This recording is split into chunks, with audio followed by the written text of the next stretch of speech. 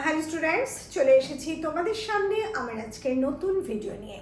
আমার আজকের ভিডিওর বিষয় নারায়ণ গঙ্গোপাধ্যায় রচিত বিখ্যাত ছোট গল্প বিতংশ। আজকের এই ভিডিওতে আমি বিতংশ গল্পের কাহিনী যেমন তোমাদের সাথে আলোচনা করব, সেই সঙ্গে এই গল্পের প্রধান চরিত্রের ব্যাখ্যা দেব এবং এই গল্পের নামকরণের সার্থকতা নিয়েও এই ভিডিওতেই তোমাদের সামনে আমি সমস্ত কিছু বলে দেব। তাহলে চলো শুরু করি আমাদের আজকের ভিডিও। আজকের গল্প বিতংশ।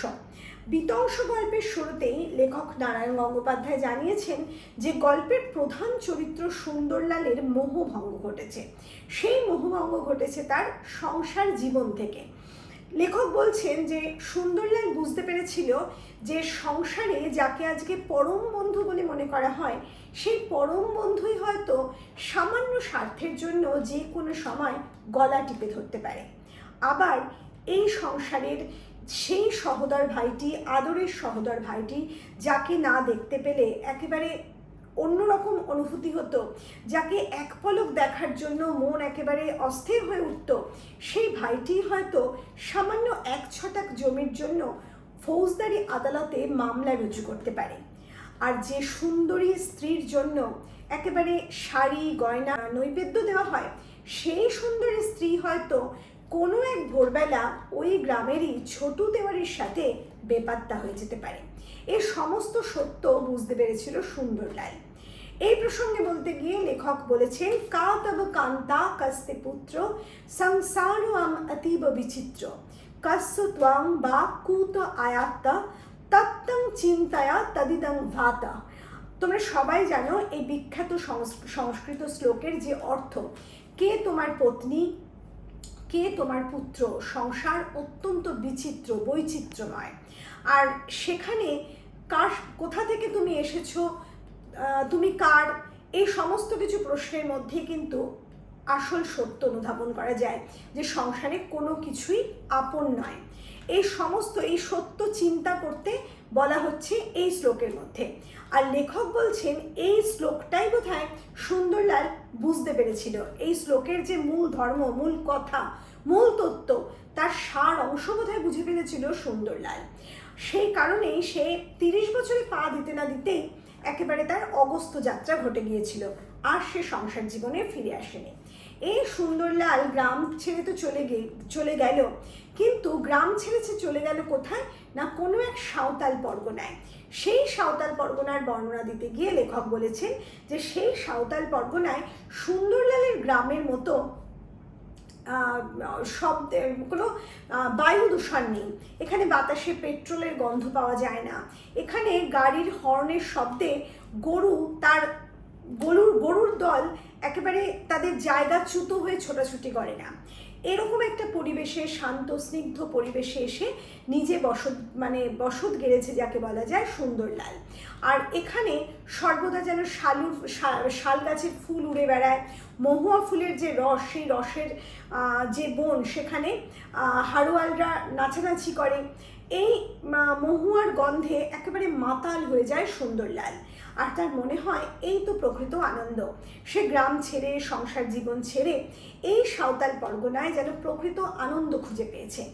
এই সুন্দরলালের মনে হয়েছে যে এই সাঁওতাল পরগনায় সেই মহিষ চুরি নিয়ে জমিদারের সাথে তার কোনো মামলার চিন্তা নেই। এখানে নেই কোনো চিন্তা, যে চিন্তা তাকে গ্রামে কুড়ে কুড়ে খেত। ছোটু দেওয়ারির সেই অদ্ভুত আচরণ, যে আচরণ তার মনে সন্দেহ জাগাতো, এবং সেই সন্দেহর কারণে সে ছোটু দেওয়ারির গতিবিধির ওপর নজর রাখত। এখানে সেই নজরদারিরও কোনো বালাই নেই। আবার এখানে সেই কঠিন পাথুরে জমিতে লাঙল চালিয়েও যখন কোনো ফসল হয় না, সেই ফসল না হওয়ার চিন্তাতেও মরে যেতে হয় না সুন্দরলালকে। কাজে এই সাঁওতাল পরগনায় সুন্দরলালের শান্তি। এই সুন্দরলাল সংসার জীবন ত্যাগ করে অগস্ত্য যাত্রা করেছিল ঠিকই, কিন্তু তার সন্ন্যাস জীবনে কোনো গৈরিক বসন ছিল না। এই সুন্দরলালের যে বেশভূষা, সেই সম্পর্কে বলতে গিয়ে লেখক জানিয়েছেন যে একটা ছোট কাপড়কে নেংটির মতো জড়িয়ে রাখত সে, আর তার চাপরানের 2 পকেটের মধ্যে পয়সার ঝনঝন শব্দকে সে উপলব্ধি করত।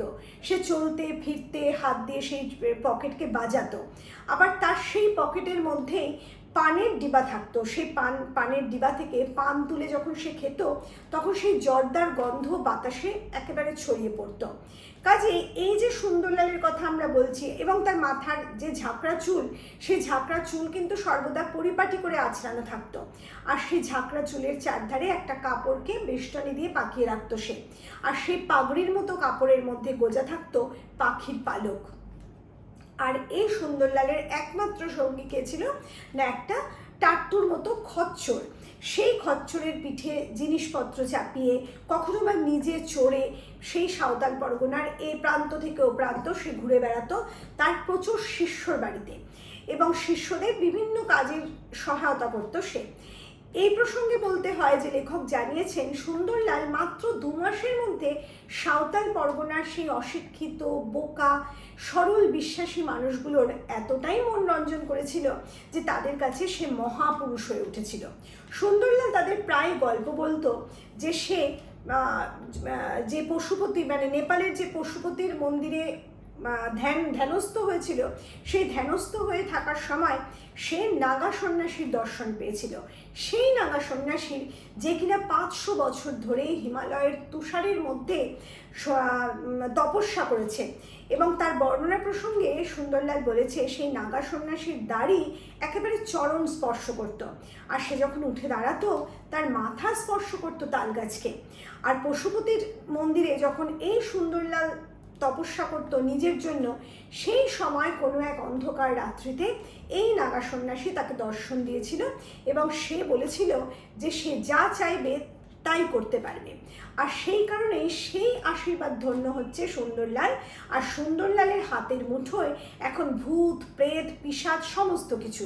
সে বান মারতে পারে, সে পিশাচ চড়াতে পারে, এই সমস্ত কিছু কাজ সে করতে পারে। আর সাঁওতাল পরগনার মানুষগুলো জানতো সামান্য শেকড় বাকড়, যে শেকড় বাকড় তারা কোনো কাজেই লাগায় না, সেই শেকড় বাকড়ের অব্যর্থ ওষুধ দিতে পারত এই সুন্দরলাল। সুন্দরলাল পারে না এমন কোনো কাজ আছে বলে সেই মানুষগুলো মনে করতেই পারতো না।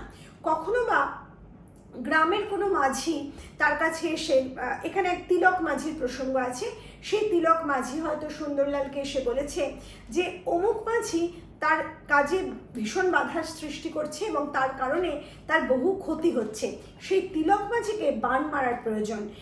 সেই সময় এই যে সুন্দরলাল, সে সুন্দরলাল বলেছে সে বান মারতে পারে, সে পিশাচ চালাতে পারে, এবং সে তিলক মাঝিকে আশ্বস্ত করেছে এই বলে যে কোনো চিন্তা নেই, সে গগন মাঝিকে বান না মারুক, পিশাচ চড়িয়ে দেবে। এবং রাতের বেলায় যখন গগন মাঝি ঘুমিয়ে থাকবে, সেই গগন মাঝির কাছে পিশাচ যাবে এবং তার মাথাটা সরু হয়ে যাবে, পিশাচ সেই সরু মাথা মুখের মধ্যে নিয়ে রক্ত চুষে তাকে একেবারে মৃত্যুর কোলে ফেলে দেবে। এবং সেই সঙ্গে সঙ্গে এই সুন্দরলাল তিলক মাঝিকেও কিন্তু সাবধান করেছে, বলেছে এই কাজের পরে তোমাকে কিন্তু গ্রাম ছেড়ে কয়েকদিন গা ঢাকা দিতে হবে, কারণ ওই পিশাচ কিন্তু এরপর তোমার রক্ত খাবে। এই যে কথাটা লেখক বললেন, এই কথার মধ্যে দিয়ে একটা সত্যকে কিন্তু লেখক তুলে ধরেছেন আমাদের পাঠকদের সামনে। তিনি বলতে চেয়েছেন সংসারে সাধারণ মানুষ হয়ে আমরা জন্মেছি, এবং সেই মানুষদের কর্মজীবনই কিন্তু আমাদের কর্মফল। পরজন্ম বলে আসলে কিছু নেই, এই জন্মেই আমাদের সমস্ত পাপ পুণ্যের হিসাব হয়ে যায়। আমরা যেমন কর্ম করব ঠিক তেমনই ফল আমাদের সাথেও ফলবে। এটাই হচ্ছে এই উদাহরণের প্রমাণ। যে কথাগুলো লেখক এখানে তিলক মাঝি এবং এই সুন্দরলালের কথোপকথনের মধ্যে তুলে ধরেছেন, সেটা কিন্তু একটা বিশেষ শিক্ষা যা সাধারণ মানুষের চরিত্র শোধনের জন্য অত্যন্ত গুরুত্বপূর্ণ। তা যাই হোক, এই সুন্দরলালকে আমরা দেখেছি যখন গ্রামের কোনো ঝুরু সাঁওতালের মতো কোনো সাঁওতাল তাকে বলেছে চলো বাবা তুমি আমাদের নাচ দেখবে, চলো নাচ দেখবে বলে সাঁওতাল পরগনার সেই গ্রামের মধ্যে এনে ফেলেছে, এবং যেখানে চারধারে মাটির বাড়ি আর তার মাঝখানে একটা খোলা জায়গার মধ্যে সাঁওতাল মেয়ে পুরুষরা একত্রিত হয়ে নাচে মত্ত হয়েছে। সেখানে মহুয়ার রস, মানে মহুয়ার যে মদ, সেই মদ পাত্র ভরে পান করতে দেওয়া হয়েছে সুন্দরলালকে। সুন্দরলাল কোনো রকম দ্বিধা না করে আকণ্ঠ পান করেছে সেই মদ, আর তারপর তার মধ্যে যেন নেশা ধরে গেছে, তার রক্তে নেশা লেগেছে, তার রক্তের মধ্যে একটা অদ্ভুত স্রোত বয়ে গেছে। সেই সাঁওতাল মেয়েদের নাচ দেখতে দেখতে সেখানে সেই ঝুরু সাঁওতালের যে কন্যা বুধনি, সেই বুধনির যৌবন তরঙ্গ দোলায়িত করেছে সেই সুন্দরলালের রক্তের স্রোতকে। এবং সেই সুন্দরলাল বুধনিকে কাছে ডেকে বলেছে আর কিছুদিনের মধ্যে তার ভাগ্য বদলে যাবে, সে শহরে চলে যাবে। তেল, সাবান, প্রসাধনী কোনো কিছুর তার আর কোনো অভাব থাকবে না। তার এই সমস্ত কথা শুনে বুধনির মনের মধ্যে আনন্দ উচ্ছ্বসিত হয়ে উঠেছে। সাঁওতাল পরগনার এই মানুষগুলো এই সুন্দরলালকে খুব বিশ্বাস করে। সুন্দরলাল প্রতিদিন ভোরে উঠে তুলসীদাসের রামায়ণ জোরে জোরে সুর করে পড়ে। এই সুন্দরলাল আবার এই যে মানুষগুলোর কাছে বিভিন্ন রকম কথা বলে, সেখানে তারা দেখেছে যে এই সুন্দরলাল কিন্তু সমস্ত কিছুকে বিশ্বাস করে। এই সুন্দরলালের কাছে শৈব, রামায়ণ, গণপদ কোনো কিছুরই কোনো প্রভেদ নেই, সব কিছু তার কাছে সমান। এই কোনো কিছুর প্রতি কোনো রকম বিদ্বেষ সে রাখে না। আবার তারা দেখেছে যে তাদের সাঁওতালদের মধ্যে যে বোঙার পুজো আছে, সেই পুজোয় যে মুরগি বলির রেওয়াজ আছে, সেই মুরগি বলির রেওয়াজের প্রতিও তার কোনো নিষেধাজ্ঞা নেই। বোঙার পুজোতেও সে অনায়াসে সামিল হয়। আমরা এখানে এই গল্পে দেখলাম যে কোনো এক সাঁওতালনি যখন তার বোঙার পুজোয় কোনো এক মানত উপলক্ষে সে বোঙার পুজো দিতে গেছে, সেই শালবনের মধ্যে, যেখানে শালবনের গভীরে একটা পাথর স্থাপন করা হয়েছে এবং সেই পাথরের সামনে মুরগি বলি দিয়ে সেই পাথরকে রক্ত মাখিয়ে রাখে এই সাঁওতালরা। সেখানে উপস্থিত হয়েছে এই সুন্দরলাল এবং সেই মুরগি বলি দেওয়ার যে রক্ত, সেই রক্ত দু হাতে মেখে নিজের মুখের মধ্যে মেখে নিয়েছে সে। আর তার চোখগুলোও যেন রক্ত বিস্ফোরিত চক্ষু হয়ে উঠেছে। শুরু হয়েছে তার উদ্দাম নৃত্য, আর সেই নাচের তালে তালে তার মুখ থেকে বিভিন্ন কথা বের হচ্ছে। সাঁওতাল পরগনার সেই অশিক্ষিত সরল বিশ্বাসী মানুষগুলো বিশ্বাস করে বোমা দেবতা তার উপর ভর করেছে। তখন সে বিশ্বাসের সুযোগে এই সুন্দরলাল মুখ থেকে বলতে থাকে নানান কথা। সে জানায় এই সাঁওতাল পরগনায় নেমে আসতে চলেছে এক ভয়াবহ মড়ক, সেই মড়কে কেউ বাঁচবে না, সবাই প্রাণে মারা যাবে। আর সে বলে যে একমাত্র তোদের বাঁচাতে পারে সুন্দরলাল নামের সেই বাবা, এবং তাকে তোরা আঁকড়ে ধর, সে যা বলবে তাই কর, তাহলেই তোদের মুক্তি। আর তার কথা সমস্ত বিশ্বাস করে এই মানুষগুলো। বাড়ি ঘর ছেড়ে দিয়ে তারা সুন্দরলালকেই অনুসরণ করে। গল্পের শেষ অংশে দেখা যায় সুন্দরলাল নাচতে নাচতে গ্রাম ছেড়ে গ্রামের পথ ধরে বেরিয়ে যাচ্ছে, আর সেই গ্রামের সহজ সরল মানুষগুলো তার পেছনে একেবারে মাদল বাজাতে বাজাতে চলেছে। প্রথমেই গল্পের শুরুতে আছে যে এখানে মহুয়ার রস ফুলের যে গন্ধ, সেই গন্ধের সাথে মাদলের তালের যেন একটা ঐক্য আছে। আর সেই ঐক্যবদ্ধভাবে সাঁওতাল পরগনার মানুষগুলো একইভাবে চলছে সেই সুন্দরলালের পেছনে পেছনে। আর সেই সঙ্গে লেখক জানিয়েছেন সুন্দরলালের মাথায় কিন্তু ঘুরছে অন্য কথা। সে ভাবছে আসামের চা বাগানে কুলি জোগানো কি এতই সহজ?